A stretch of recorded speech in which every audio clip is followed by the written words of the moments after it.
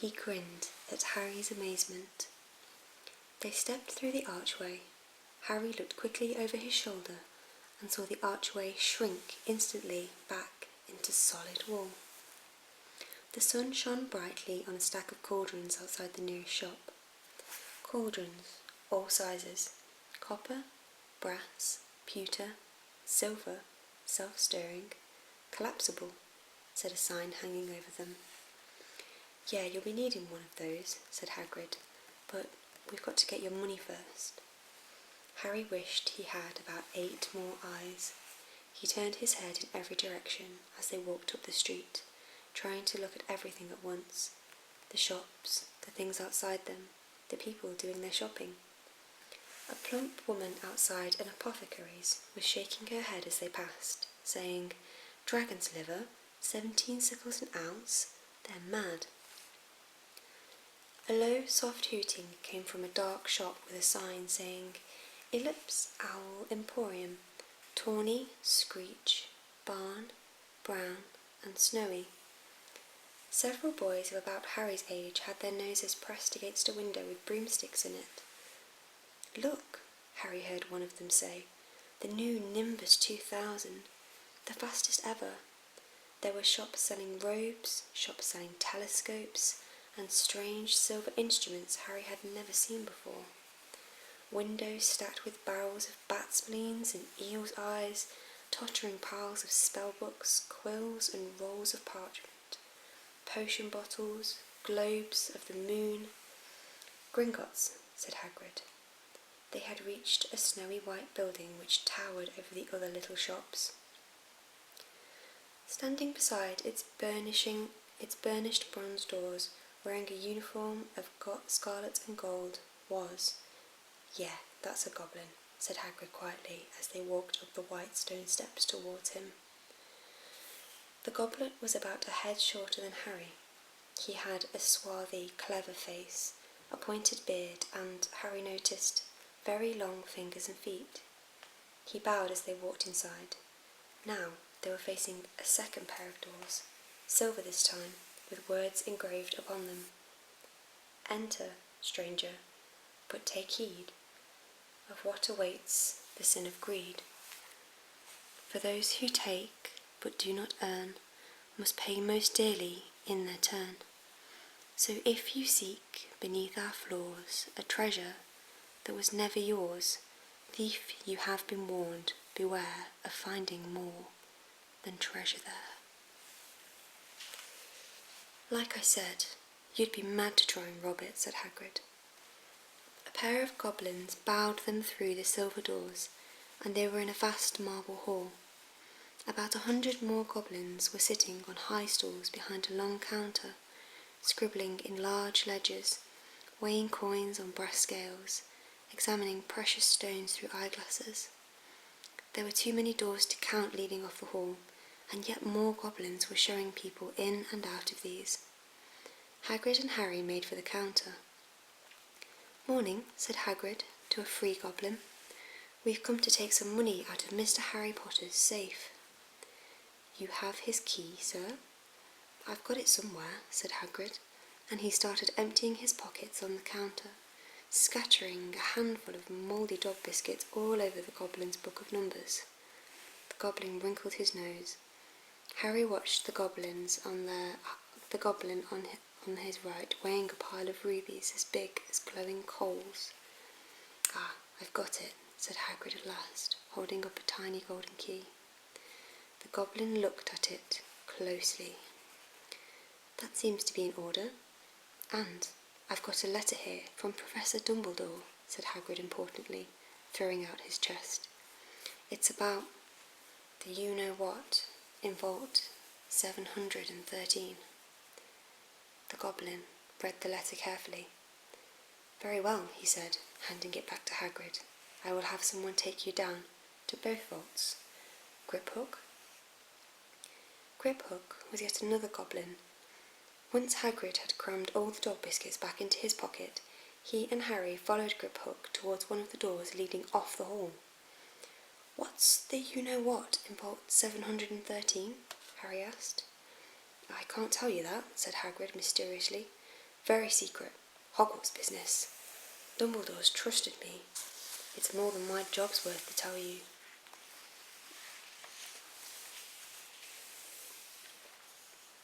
Griphook held the door open for them. Harry, who had expected more marble, was surprised. They were in a narrow stone passageway lit with flaming torches. It sloped steeply downwards, and there were little railway tracks on the floor. Griphook whistled, and a small cart came hurtling up the tracks towards them. They climbed in, Hagrid with some difficulty, and they were off. At first, they just hurtled through the maze of twisting passages. Harry tried to remember left, right, right, left, middle fork, right, left, but it was impossible. The rattling cart seemed to know its own way, because Griphook wasn't steering. Harry's eyes stung as the cold air rushed past them, but he kept them wide open. Once he thought he saw a burst of fire at the end of a passage, and twisted round to see if it was a dragon. But too late, they plunged even deeper, passing an underground lake where huge stalactites and stalagmites grew from the ceiling and the floor. "I never knew," Harry called to Hagrid over the noise of the cart. "What's the difference between a stalagmite and a stalactite?" "Stalagmite's got an M in it," said Hagrid. "And don't ask me questions just now. I think I'm going to be sick." He did look very green, and when the cart stopped at last beside a small door in the passageway, Hagrid got out and had to lean against the wall to stop his knees from trembling. Griphook unlocked the door. A lot of green smoke came billowing out as it cleared. Harry gasped. Inside were mounds of gold coins, columns of silver, heaps of little bronze knuts.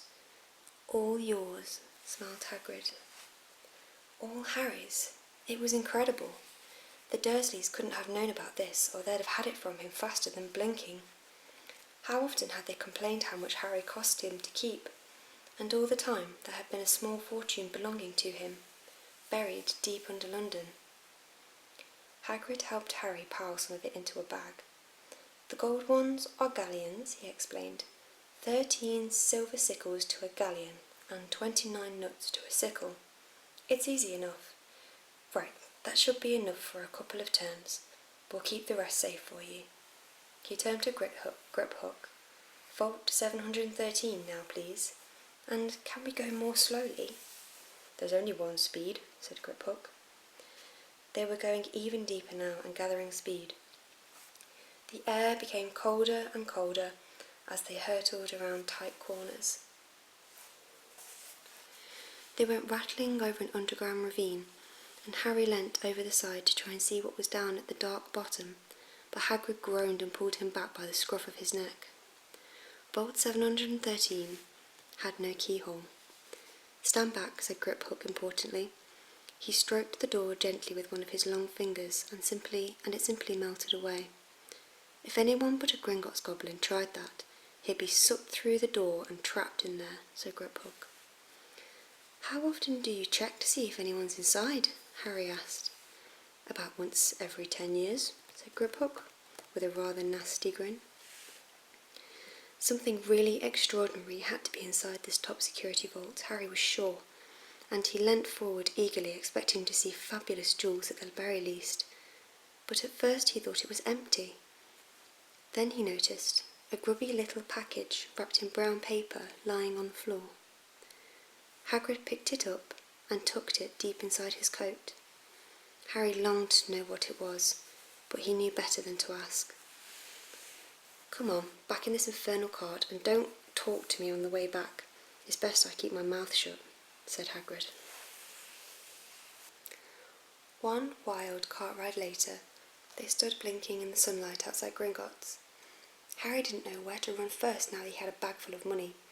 He didn't have to know how many galleons there were to a pound to know that he was holding more money than he'd ever had in his whole life, more money than even Dudley had ever had.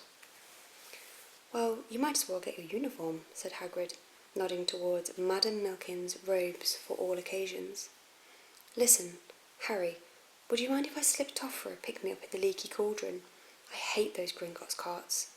He did still look a bit sick, so Harry entered Madame Milkin's shop alone, feeling nervous. Madame Milkin was a squat, smiling witch dressed all in mauve. "Hogwarts, dear," she said when Harry started to speak. "Got the lot here. Another young man being fitted up just now, in fact." In the back of the shop, a boy with a pale, pointed face was standing on a footstool, while a second witch pinned up his long black robes. Madame Milkin stood Harry on a stool next to him, slipped a long robe over his head, and began to pin it to the right length.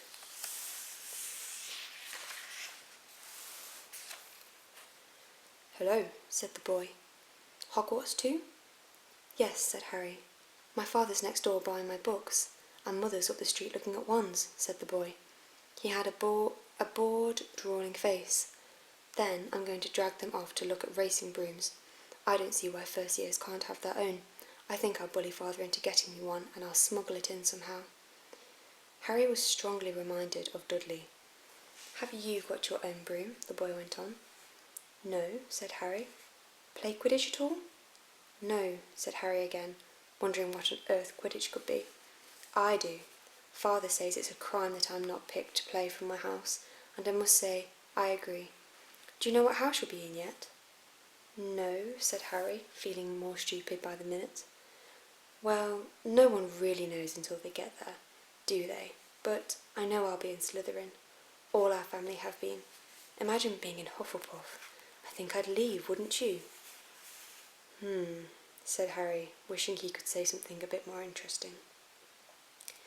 "I say, look at that man," said the boy suddenly, nodding towards the front window. Hagrid was standing there, grinning at Harry, pointing at 2 large ice creams to show he couldn't come in. "That's Hagrid," said Harry, pleased to know something the boy didn't.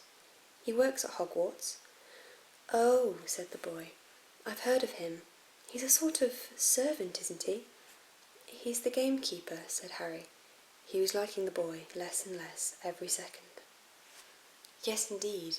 I've heard he's a sort of savage, lives in a hut in the school grounds, and every now and then he gets drunk, tries to do magic, and ends up setting fire to his bed." "I think he's brilliant," said Harry coldly. "Do you?" said the boy with a slight sneer. "Why, is he with you? Where are your parents?" "They're dead," said Harry shortly. He didn't feel much like going into the matter with this boy. "Oh, sorry," said the other, not sounding sorry at all. "But they were our kind, weren't they? They were a witch and wizard, if that's what you mean. I really don't think they should let the other sort in, do you? They're just not the same. They've never been brought up to know our ways. Some of them have never even heard of Hogwarts until they get the letter. Imagine! I think they should keep it in the old wizarding families. What's your surname, anyway?" But before Harry could answer, Madame Milkin said, "That's you done, my dear?" And Harry, not sorry for an excuse to stop talking to the boy, hopped down from the footstool. "Well, I'll see you at Hogwarts, I suppose," said the drawling boy. Harry with what was rather quiet as he ate his ice cream Hagrid had bought for him, chocolate and raspberry with chopped nuts. "What's up?" said Hagrid. "Nothing," Harry lied. "They stopped to buy parchment and quills." Harry cheered up a bit when he found a bottle of ink that changed colour as you wrote. When they had left the shop, he said, "Hagrid, what's Quidditch?" "Blimey, Harry, I keep forgetting how little you know, not knowing about Quidditch." "Don't make me feel worse," said Harry. He told Hagrid about the pale boy in Madame Milkin's. "And he said people from Muggle families shouldn't even be allowed in." "Well, you're not from a Muggle family. If he'd known who you were, he'd grown up knowing your name if his parents were wizarding folk. You saw them in the leaky cauldron. Anyway, what does he know about it? Some of the best I've ever seen were the only ones with magic in them in a long line of Muggles. Look at your mum. Look what she had for a sister." "So, what is Quidditch?" "It's our sport. Wizard sport. It's like football in the Muggle world. Everyone follows Quidditch. Played up in the air on broomsticks. And there's 4 balls. Sort of hard to explain the rules." "And what of Slytherin and Hufflepuff?" Schoolhouses, there's 4. Everyone says Hufflepuff are a lot of duffers, but I bet I'm in Hufflepuff, said Harry gloomily. It's better Hufflepuff than Slytherin, said Hagrid darkly.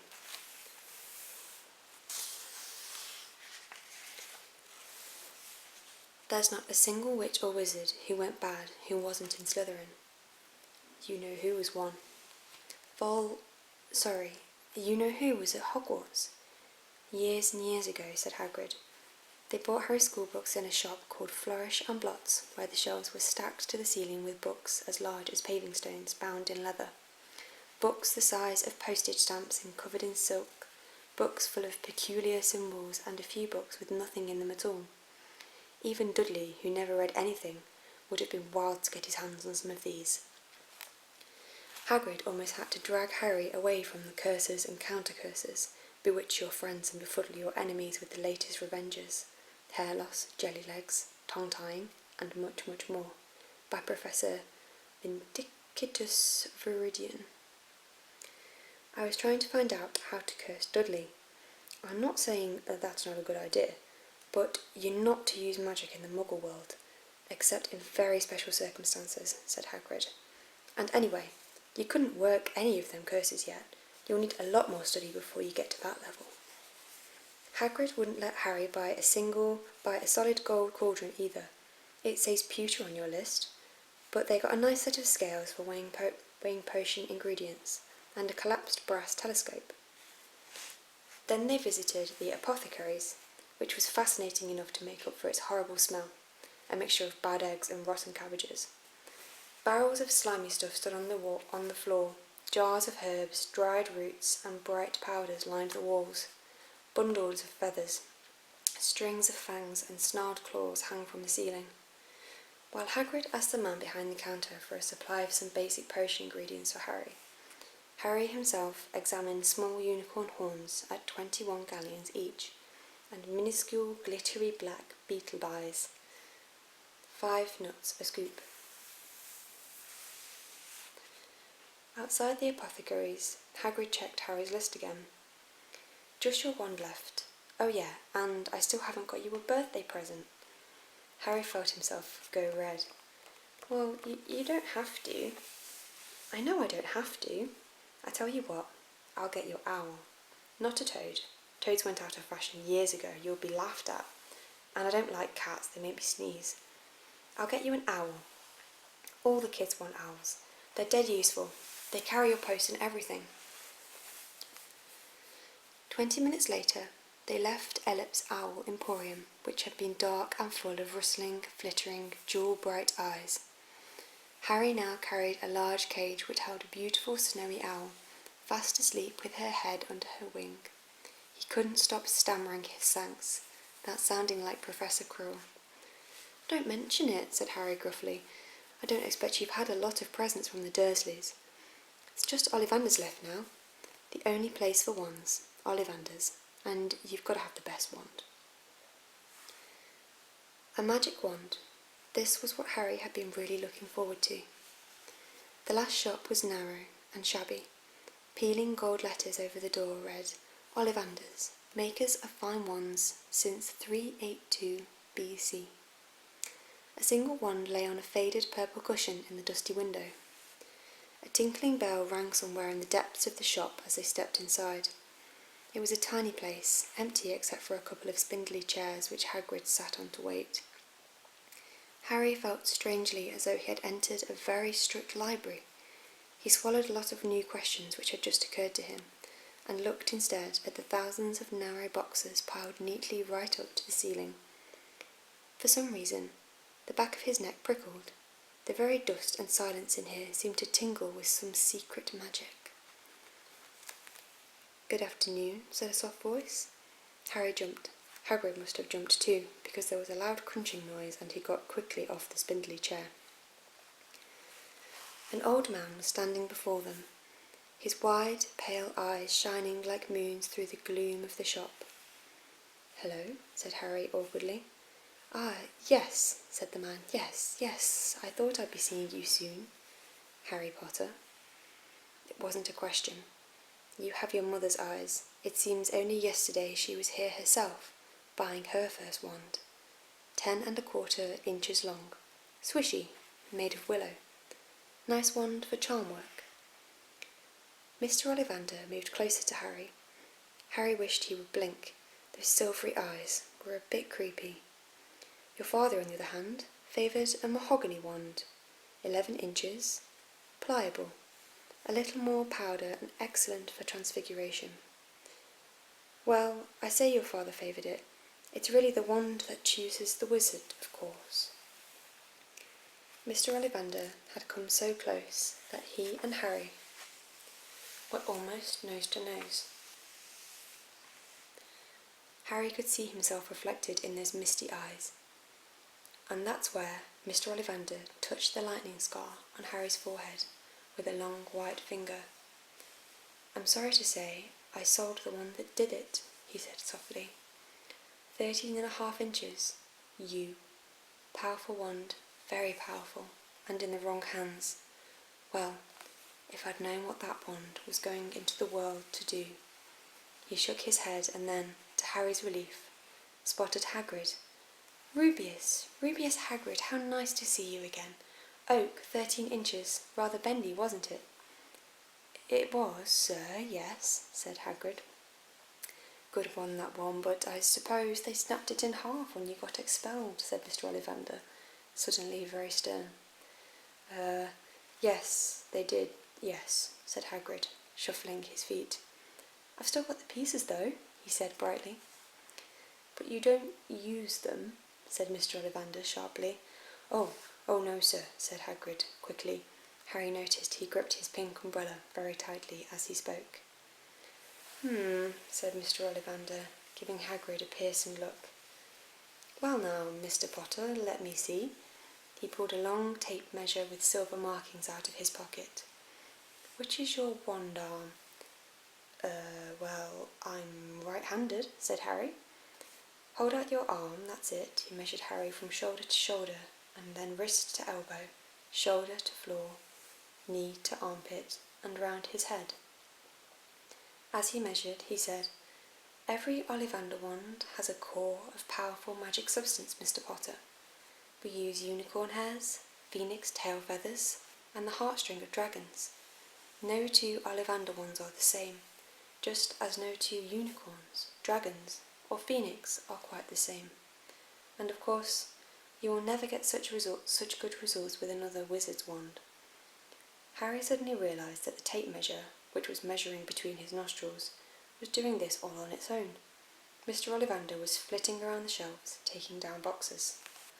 That will do, he said, and the tape measure crumpled into a heap on the floor. Right then, Mr. Potter. Try this one. Beechwood and dragon heartstring, 9-inch, nice and flexible. Just take it and give it a wave. Harry took the wand and, feeling foolish, he waved it around a bit. But Mr. Ollivander snatched it out his hand almost at once. Maple and phoenix feather, 7 inches, quite whippy. Try? Harry tried, but he had hardly raised the wand when it, too, was snatched back by Mr. Ollivander. No, here, ebony and unicorn hair, 8½ inches, springy. Go on, try it. Harry tried and tried. He had no idea what Mr. Ollivander was waiting for. The pile of tried wands was mounting higher and higher on the spindly chair. But the more wands Mr. Ollivander pulled from the shelves, the happier he seemed to become. A tricky customer, hey? Not to worry, we'll find the perfect match here somewhere. I wonder. Now, yes, why not? Unusual combination, holly and phoenix feather, 11 inches, nice and supple. Harry took the wand. He felt a sudden warmth in his fingers. He raised the wand above his head, brought it swishing down through the dusty air, and a stream of red and gold sparks shot from the end like a firework, throwing dancing spots of light onto the walls. Hagrid whooped and clapped, and Mr. Ollivander cried, Oh, bravo! Yes, indeed, oh, very good! Well, how curious, how very curious. He put Harry's wand back into its box and wrapped it in brown paper, still muttering, Curious, Curious. Sorry, said Harry, but what's curious? Mr. Ollivander fixed Harry with his pale stare. I remember every wand I've ever sold, Mr. Potter. Every single wand. It so happens that the phoenix, whose tail feather is in your wand, gave another feather. Just one other. It is very curious indeed that you should be destined for this wand, when its brother, why, its brother gave you that scar. Harry swallowed. Yes, 13.5 inches, you. Curious indeed how these things happen. The wand chooses the wizard, remember. I think we must expect great things from you, Mr. Potter. After all, he who must not be named did great things. Terrible, yes, but great. Harry shivered. He wasn't sure he liked Mr. Ollivander too much. He paid 7 gold galleons for his wand, and Mr. Ollivander bowed them from his shop. The late afternoon sun hung low in the sky as Harry and Hagrid made their way back to Diagon Alley, back through the wall, back through the leaky cauldron, now empty. Harry didn't speak at all as they walked down the road. He didn't even notice how much people were gawping at them on the underground, laden as they were with all their funny-shaped packages, with the sleeping snowy owl on Harry's lap. Up another escalator, out onto Paddington Station, Harry only realised where they were when Hagrid tapped him on the shoulder. Up the escalator, out onto Paddington Station, Harry only realised where they were when Hagrid tapped him on the shoulder. "Got time for a bite to eat before your train leaves?" he said. He bought Harry a hamburger, and they sat down on plastic seats to eat them. Harry kept looking around.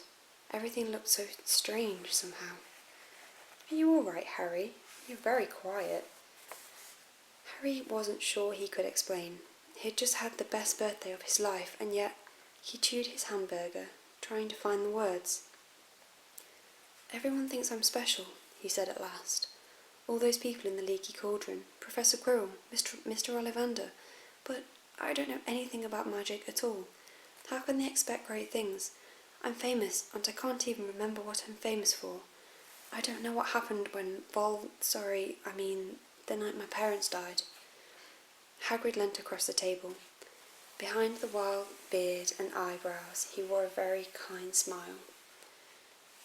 "Don't you worry, Harry. You'll learn fast enough. Everyone starts at the beginning at Hogwarts, and you'll be just fine. Just be yourself. I know it's hard. You've been singled out, and that's always hard. But you'll have a great time at Hogwarts. I did. I still do, as a matter of fact."